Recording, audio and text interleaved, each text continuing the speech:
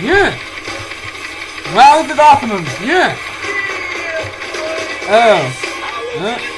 Oh. Whoa. Okay, I have very conflicting emotions about this. He fed Baith. How low can you go? There is never low enough. Treble is terrible. Okay, well, I was very disappointed by that. That was Bring the Noise by Public Enemy and Anthrax. And, I mean, I liked Anthrax, but I don't know if I like this rap stuff in it. I'm very conflicted. They mentioned bass, but rap. Anyway, it's off of Public Enemy's album, It Takes a Nation of Millions to Hold Us Back. Recorded and released in 1988, which is, of course, my birth year. October 25th, 1988. So if you want to send me a gift, you still have time for this or next year. Anyway, this is Oriel Kaplan with another episode of Metorahca, yes! Combined Metal and Torah, of course. And this is the 5th episode, which therefore creates a list of 5, the minimum amount of things that you need in a list to begin with. This is Parasha Chayei Sara. And I have to say, this isn't that exciting at Parasha. I could have probably written a better one, but I didn't. So I'll just read the one that I have in front of me because I have nothing else to write. So this is a Parasha where, first Sarah dies. It begins with her death, and it ends with Yitzhak, Abraham's son, taking Rivkah, Rebecca, as a wife. And it's interesting because for most of the Parasha, Sarah is dead. Yet I'm very unsentimental about everything. It really gets me in a lot of trouble.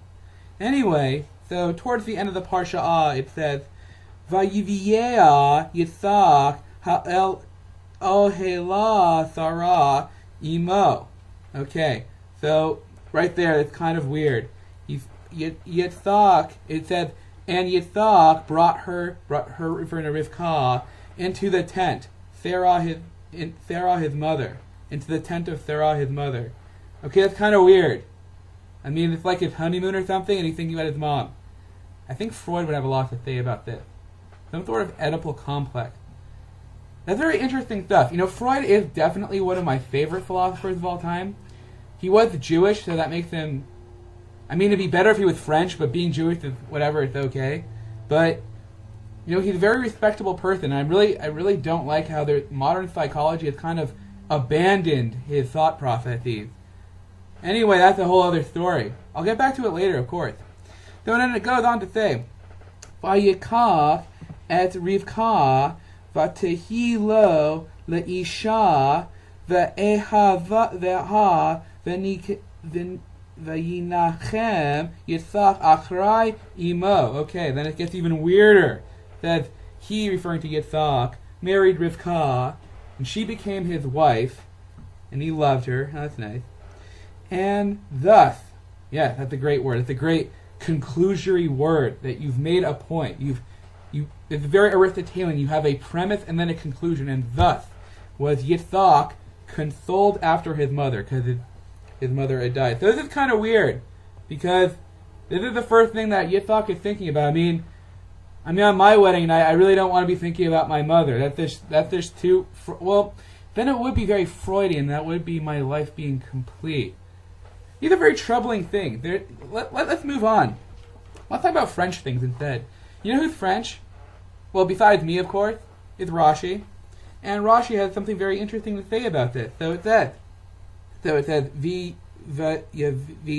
ha'olah. So, and he brought her into the tent. Yeah. And then it says, he says, V'harei hi Sarah imo. And so Rashi is saying, and she became, essentially, Sarah, his mother. That's kind of weird, that his wife became his mother. Very Freudian again. Was Freud completely influenced by the Torah? Probably not. I would probably say that Freud pre-existed the Torah and wrote it. So, I'm such a noob. So, then Rashi has to, of course, explain himself. And he, that was just a preamble, as I like to say. I give lots of preambles. Sometimes my preambles are longer than my actual statement. That'd be kind of weird if Rivkah became Sarah. I mean, seriously. So it says, "V'na'at thet dugmat Sarah imo." So then she became the image, the image of Sarah, his mother, because it said, "Shekol zaman shethara kayamet." So for all the time that Sarah was alive, hayer na daluk, a lamp would be a light, always.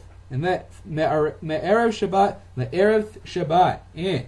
So from Shabbat Eve to Shabbat Eve.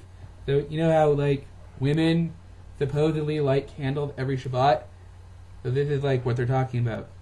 And then keeps going, says, Uvracha mitsuya bi isa. And also a blessing would be found in the dough of bread. The anan kashur al ohel. And a cloud would be stationed over the tent. But then, so mishimeta, but once she died, pasku ukshebat Rivkah hazaru. So, but it says once she died, they stopped. All this stuff stopped, and when Rivkah came, they returned. Okay, this is all from Breshit Rabbah. So basically, what happened was that Yitzhak was kind of a loser. I mean, he was kind of nothing without a woman in his life, whether it was his mother or whether or not it was his wife. And this goes back all the way to Parasha Breshit, where God says, Vayomer Adonai Elohim lo tov heyot ha'adam levado etha lo ezer kenagdo, where it says, Hashem said, it is not good that man be alone. I will make him a helper against him. So the whole point is, man cannot be alone. I mean, philosophers are generally alone because they're awesome. They don't really need anyone in their lives because their mind is like their mom. And it really is a sign of weakness, in my opinion, to want a wife or to need a woman in your life, or for a woman to need a man in her life. No, everyone should be alone. I am pretty perfect already. It really would be about the girl gracing her presence. I am doing lots of people a favor by being around. Let me tell you, this is a great philanthropy effort. But all in all, what it means for people like Yitzhak and for Jewish women is that they are the center of the Jewish world. Oh God, this sounds like the last Parsha now, where all we did was talk about how terrible men are, and how did this happen? How is every Parsha about how terrible men are? I mean, if men are the heads of metal and philosophy, how can they be worse than women? But once again, if Yitzhak was totally weak without a woman in his life, and we have the mitzvah of lighting the candles, as Rashi the French was mentioning, and how the light of a woman is demonstrated through the light of the candles from Shabbat to Shabbat. So, once again, we have the big problem of men being totally inferior.